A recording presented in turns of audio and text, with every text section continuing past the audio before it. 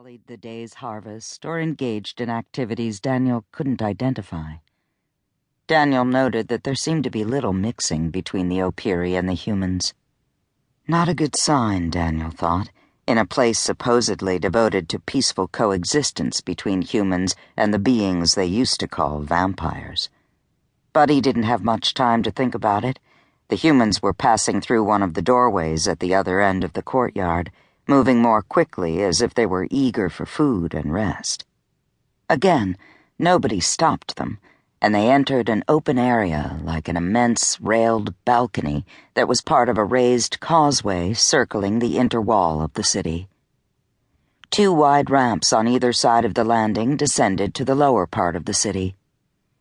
The humans hurried down the ramps, paying no attention when Daniel fell behind. Waiting until all the humans had left the landing, Daniel moved to the railing.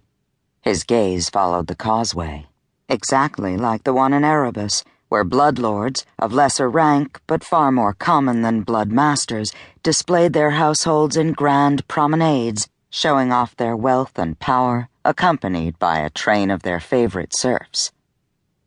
Daniel forced himself to look away to the city below. A single main avenue ran through the center of the city, terminating at the base of the largest tower.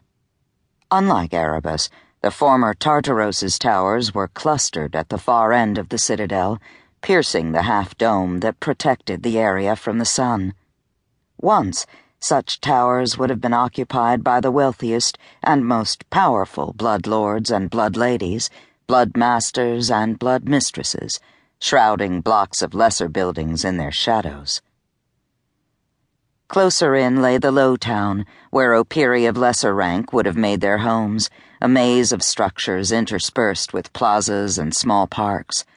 The town glittered with lights like distant stars. Tanis.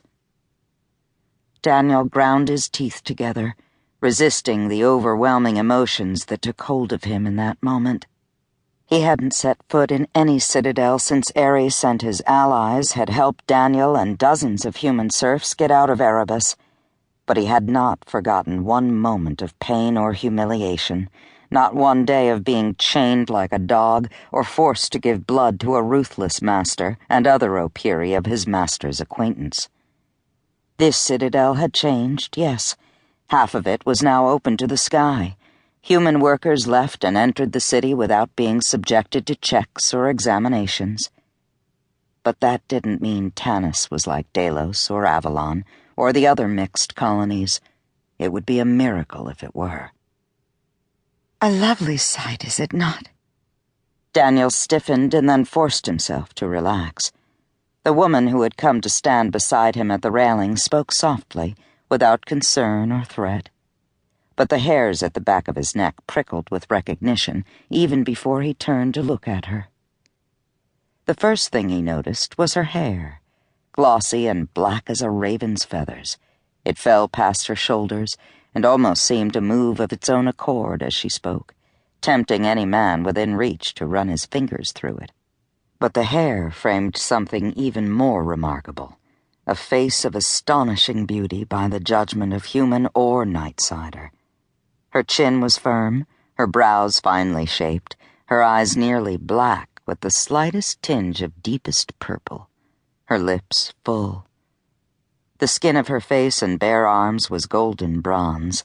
Hints of her figure appeared beneath the layers of her flowing, semi-transparent robes. A hip here, a breast or shoulder there. Daniel had no doubt that this woman's body was as sleek and perfect as her face, hair, and voice. And there was something more about her that Daniel felt all the way down to his bones. A profound charisma, a pull that Daniel had experienced before, and not only in Erebus. Surely she couldn't be what his senses told him, not with hair like that, or eyes so dark or teeth as blunt as any human's. But Ares' hair was just as black, an anomaly among pale-haired, pale-skinned Opiri. And he knew of other anomalies.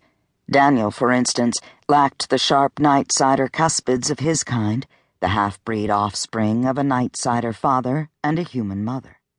He looked nothing like a normal